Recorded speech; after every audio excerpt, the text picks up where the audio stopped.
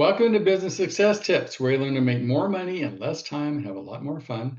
My name is Paul Sanneman. I'm your host. I'm founder of Contractor Staffing Source. We help contractors build great teams. My guest today is Jon Markee with My Builder CPA. I'm assuming you're a CPA. Is that accurate? Yes. So tell me a little about your backstory and how you started this business. Oh, good question. So we have been known as My Builder CPA since May of 2024, but our legal name is Remote CPA. Our firm was started in 2017 as a way to serve anyone and everyone who had remote accounting needs.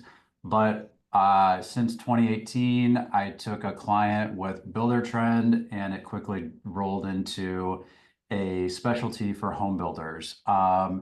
So we love to use BuilderTrend, JobTread, any of those software tools that help you get your jobs done. Before that, I was in the corporate world, corporate financial reporting. I earned my CPA license in 2013. I came from a Big Four accounting firm, and I graduated from Purdue University.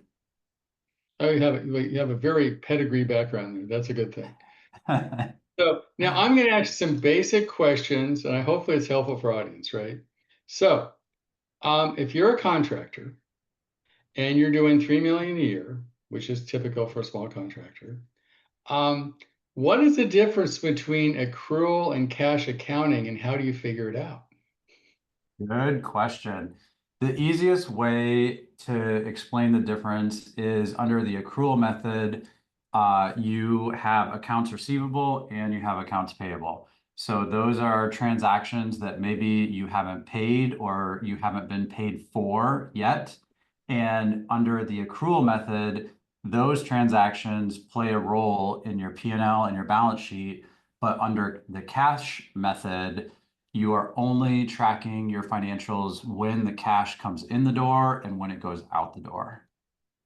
Okay, now we have January coming up next year, right? And we have tax issues, right?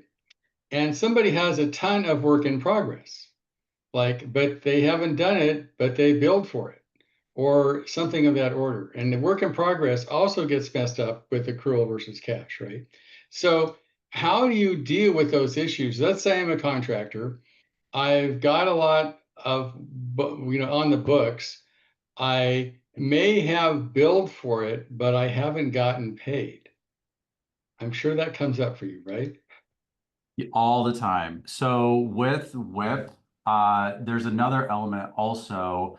You have to determine whether or not the job is a fixed bid or cost plus, because that could determine what percentage of complete you're going to recognize. But whenever you are working through WIP, I always recommend maintaining a good list of all of your jobs and your estimated percentage that you've completed thus far.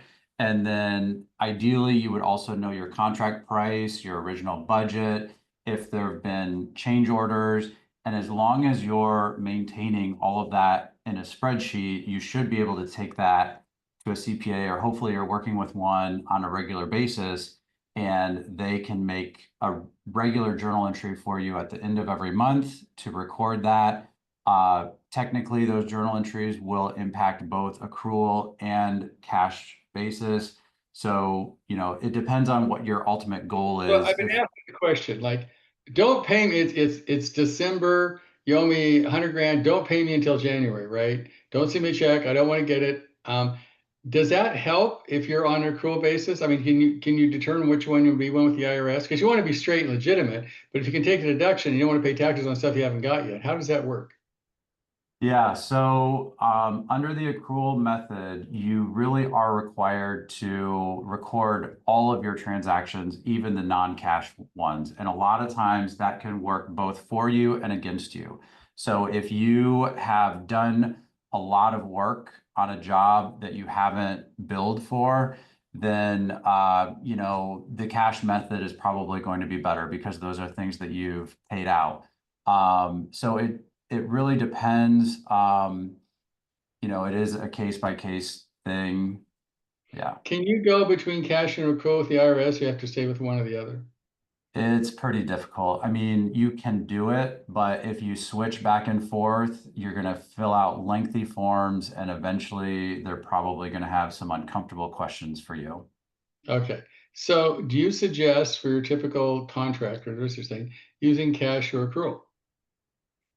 Good question. I think it depends on the long-term goals, how big you want to get. If you do primarily fixed bid or cost plus or some other arrangement, I think honestly, cash is probably better because if you pay your subcontractors, you get to take those expenses right away. And if there's any kind of a delay in your homeowner paying you, you don't have to pay tax on that receivable. Right. I mean, lots of times it isn't uncommon for a client to not pay when they're supposed to. I'm sure you've run into that, right? Or they try to negotiate downward, and then you've got a But whole I nother mean, issue. after doing this for 50 years, long time, John, what I found out is the biggest problem contractors have is not getting paid for whatever reason, right? I mean, Right. and it's usually by somebody who has a lot of money and more attorneys than they do. It isn't by the Or average little homeowner that says, "Oh, I went," it's so especially when doing large custom homes, like they go, "Oh, well, see my attorney. I don't want to pay you, or I want to negotiate the end." So as a CPA, you must have had that happen. How do you help contractors deal with that stuff?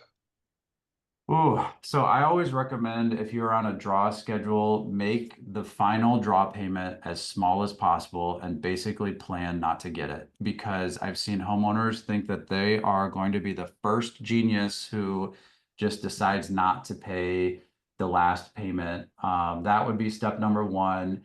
I also am alarmed at how many builders or contractors will start working with someone without any verification that the homeowner actually has the funds. So if you can Even get start the without a home, contract. You've seen that happen, haven't you? say what? They start sometimes without a contract. Start building without a Yeah. contract? Oh, Yes. yeah. Yes, absolutely. I mean, every home builder that I've come across, they're extremely nice people. They go above and beyond for their homeowner, and I'm appalled at whenever a homeowner decides that they're not going to pay or challenge for whatever reason. So anytime the builder can verify that the funds exist and ideally get them in some kind of an escrow account, or even if it's like a joint bank account. I'm seeing more and more of my clients actually set up a dedicated bank account to run jobs out of. The homeowner has visibility to it, but they can't withdraw from it. And as soon as the balance in the bank account gets below around $5,000, work stops until the homeowner deposits more money. And that helps the builder not have to use their own working capital to fund the job. I mean, one of the things that happens, and I've seen happen over and over again, is that the contractor's in the position, he goes, "Well, you can't stop work. It's against the rules, even though I haven't paid you. I'm going to sue you if you stop working on my house," right? Because that's a breach of contract or some legal thing. And so the contractor gets stuck doing work that he's not getting paid for. You've seen that happen, I'm sure, right? Unfortunately, yeah, and I always ask for more clarification on what exact laws those are. Yeah, because I think the same thing. I have a general rule, maybe you can agree with this, John. If you ever get ahead, you're paying more money than they paid you, figure you're never going to collect it. Right, And as long as you play the game that way and say, look, as long as I'm even, I'm good. But the minute I paid more in than they paid me, I'm at risk and I could lose all the money that they owe me. exactly. Yep. And so like you said, don't, ideally the homeowner is always funding their job, not you. Right. And many contractors, the classic mistake is I got started, I needed to do something. My crew was not busy. I put them on the job. I know they hadn't paid me yet. Seemed like a great guy.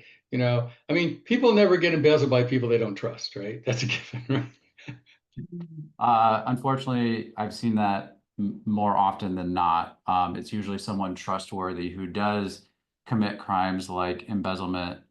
So I'm not a lawyer, but I've spoken with other lawyers who say the breach of contract on the homeowner side is non-payment. So if the homeowner is not paying the builder, they are effectively breaching the contract. Granted, there's a lot of things that the builder can do that breaches contract, but once a homeowner indicates intention not to pay, the hair on the back of my neck raises. And intention not to pay is a very vague thing, right? I mean, like, what does that actually mean? Intention not to pay can mean, oh, no problem. I'm in Europe. I can't write you a check. It'll be good. Just finish the job. As soon as I get back from Europe, I'll write you a check or whatever. That's intention not to pay. Doesn't sound like it, but it is intention not to pay. Yep, So, I mean, exactly. that is a big issue. Now, let's have another sort of sensitive subject. Let's talk about embezzlement. I read some statistic. It's a huge, like 20%, some huge number of contractors are embezzled. It's like a giant number, right?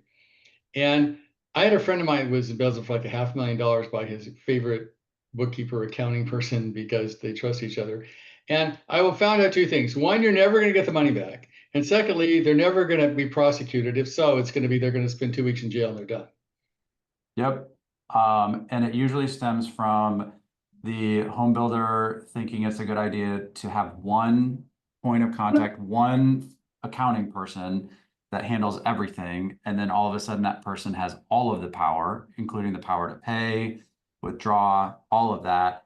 And that's not the best strategy. And I know that builders are busy out in the field, but there are a few key reports that they should always be reviewing. And there's a few safeguards, such as closing the books after every month, reviewing the reconciliations, making sure the reports from QuickBooks match up to the bank statements, just basic things that should be done every month that would prevent some of these things before they happen. So you don't name the name of a contractor, but I'm sure you've seen this happen. Typically, how does a person embezzle a contractor? What strategies do they use? I'm sure you've seen it. So I'd like to hear some from you. Where to start? So so the IRS always has the dirty dozen scams that are going around at the moment. I'm not sure if this is on there, but if I made the list, it would be.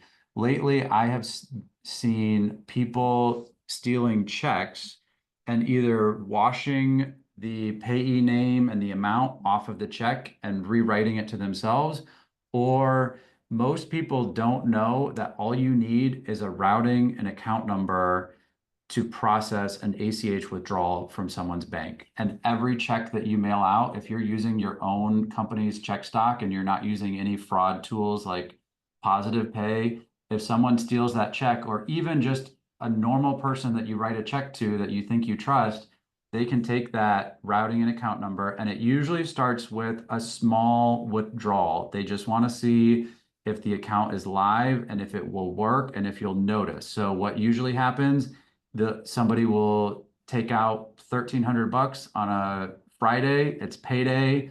So most of the time the builders don't notice, they go home for the weekend, and that tells the fraudster that the account is live.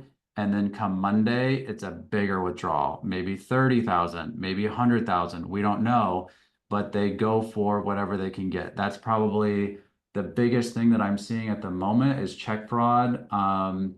Then another thing is someone in-house, like a bookkeeper, going back to a transaction from 5 years ago in QuickBooks and changing it. So maybe they need to fudge the reconciliation. They want to steal $5,000. So they go back to 2015, record a $5,000 expense, take $5,000 out of the bank, and voila, the reconciliation ties out at the end of the month only because there was one transaction from umpteen years ago that got checked off on one reconciliation. And if you don't look carefully, the month-end process ends, and then next month, that transaction isn't even on the reconciliation. So that's why I always recommend closing and password locking your QuickBooks file.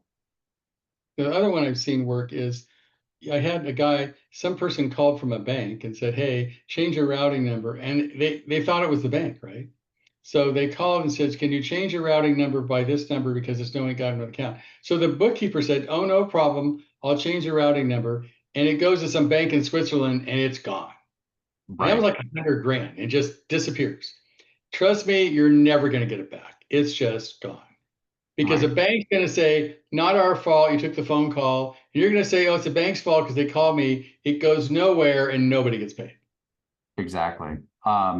Yeah, so if anyone is trying to update their wire instructions, you need to call them to verify. Don't accept it if they're calling you. Right. So now I'm sure the My Builder CPA, your company, helps people stop these problems, right?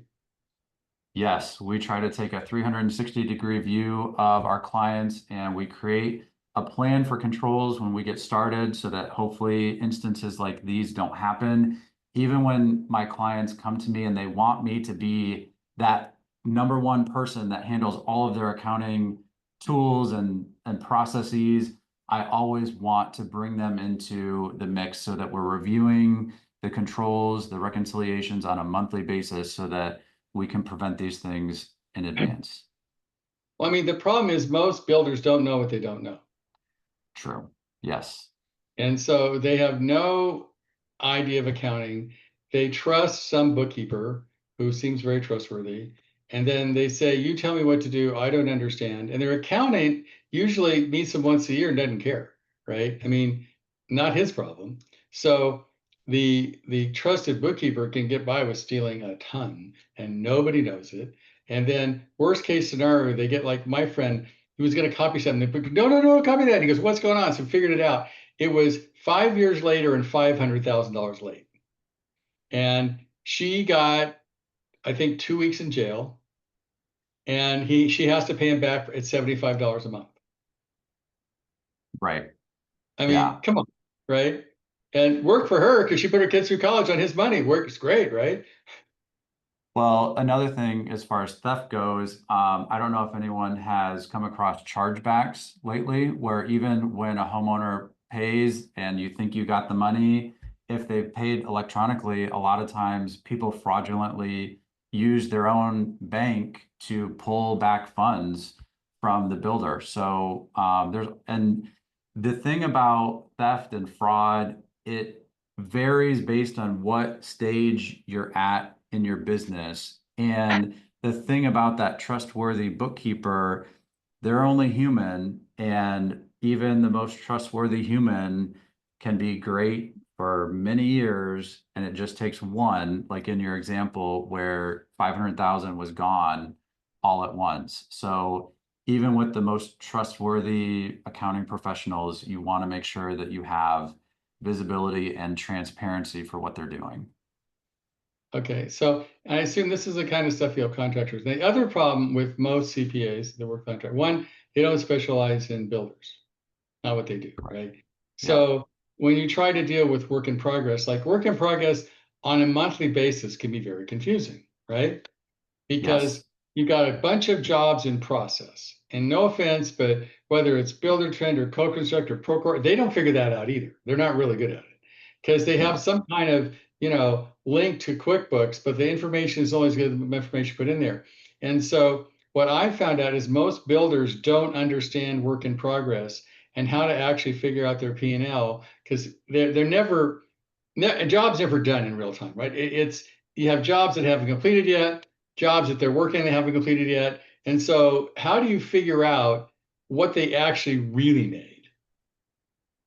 Yeah, so if you look at any of the WIP templates, that there's a ton of consulting firms that have these WIP templates. They usually start out with a list of all of the By the jobs. way, We have WIP the is work in progress, in case people don't know Yes, that. sorry, I just dove right in. But yeah, so for the WIP report, you always have a list of all of the jobs. You have the original contract price, the budgeted expenses, and then you add in change orders to the contract price.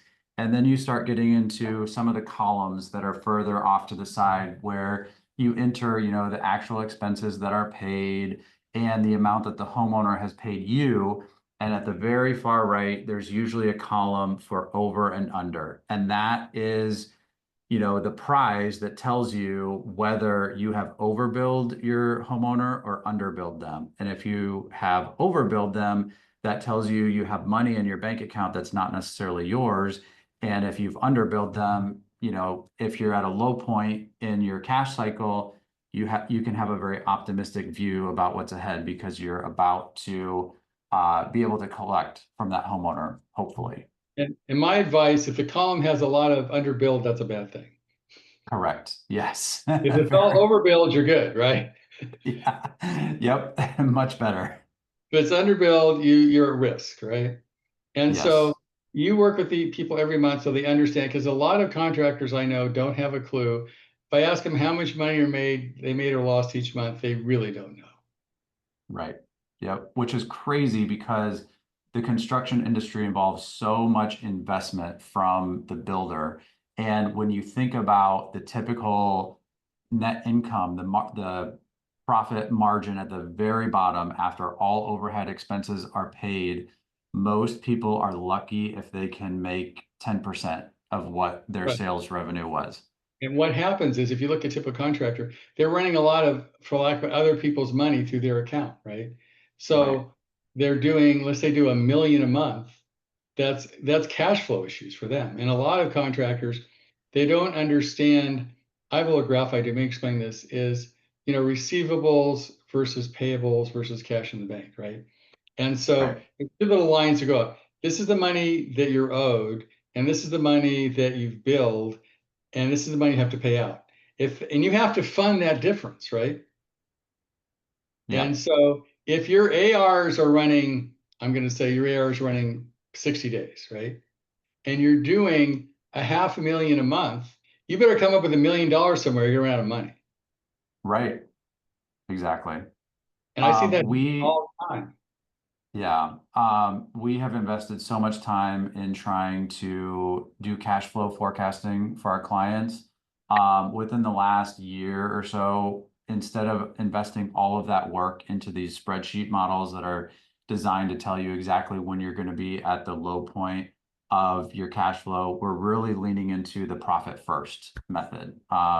And that's been a lifesaver for some of our clients. And like you said, be cognizant of how long it takes your homeowners to pay you. If it is 60 days, yeah, that's a problem. I mean, you want to work with people who are going to be able to pay you quickly Right. because I have seen even profitable builders run out of money just because their Right. homeowners took too What? long to pay. And you have to be able to afford, let's say it's 30 days, you've got to be able to fund the gap between payables and receivables. And there's a Right, number, right? And if it's 30 days and you're doing a $500,000 a month, you got to come up with $500,000 somewhere. I mean, you can not pay your subcontractors, you can not pay your employees, but somewhere you're going to have a deficit of a $500,000. right. And a lot of people Or run out of cash and they don't understand why. and they dip into a line of credit and then they don't realize that the interest expense really, the homeowner looks at their budget and they don't necessarily know what overhead is the company has as the builder. And all of that interest expense goes into that overhead and it just whittles away at At their that bottom profit. line. Yeah. And the worst case scenario, which I've seen way too many times, is it gets to the end and they fund it with with their line of credit or their house or wherever to make up the difference. And the client says, screw you, I'm not going to pay. Yep. And see me in court and I'll pay you in a year and a half. And I would say, if I look at the reason that small contractors go out of business, that's got to be number one. Yep. And unfortunately, the profit is almost always wrapped up in that last draw that the homeowner owes. Right. And so if they're lucky, they'll just break even. If they're not lucky, you're going to lose a ton. And the problem is, if you're only making 10% profit and you're doing 2 million a year, that's only 200 grand, right? One Right. guy can sort of do you in for 300,000 and you're done. Yep. And a lot of times the builder pays themselves last. So that $200,000 profit that they were planning on, that's probably the bulk of their compensation. So Right. I really advocate for builders to make that S Corp election where they can set themselves up on payroll and at least have a guaranteed paycheck, just like they would if they were a normal employee. Right. Also, I've known builders that have not done that. And all of a sudden they go, oh my God, I owe like 80,000 in taxes. How'd that happen? I go, Right. well, you took all those draws, dude, and you did not pay your taxes. Exactly. So So true. So you can help with all this stuff, right, John? Yeah, so we take a holistic approach for all of our clients. We insist that we work together throughout the year. So for all of our clients, we have a touch point at least once a month. It's not, taxes themselves are really not that difficult. Filling out the form is not that difficult. It's always the bookkeeper or the bookkeeping that is the secret gotcha. And for every tax extension, it's almost always driven by bad bookkeeping. So if we keep up with it throughout the year, not only do our clients have, you know, extra fast financial reporting, if they're losing money, they know about it right away, but we can help them with estimated taxes, getting those paid on time. And then as long as we're keeping up with everything every month, we really don't have a need for tax return extensions. And for our clients who want to buy a house, or if they want to, expand their line of credit, usually the bank wants up-to-date tax returns. So if someone has their returns on extension for months on end because of bookkeeping issues, it can be really problematic for them. So we Yep. insist that we work with all of our clients every month. Okay, and how do you charge for what you do? Is it by the size of the company, by the volume, by the hours? Good question. So it's a fixed price model that's based on a time estimate. And then if there's any special projects that come up, which our clients often ask us to chime in on, maybe restructuring of chart of accounts or something like that, then we would quote those special projects based on an hourly rate. Great. And how do people get in touch with you, John? You can visit our website, mybuildercpa.com. You can send me an email, jmarkee@mybuildercpa.com, or you can even text me, 317-520-1414. Okay, cool. So anybody listening to this podcast, if they don't know how much money they made or lost last month, you need to call John. Thanks, John. I appreciate you being here. Absolutely. Thank you.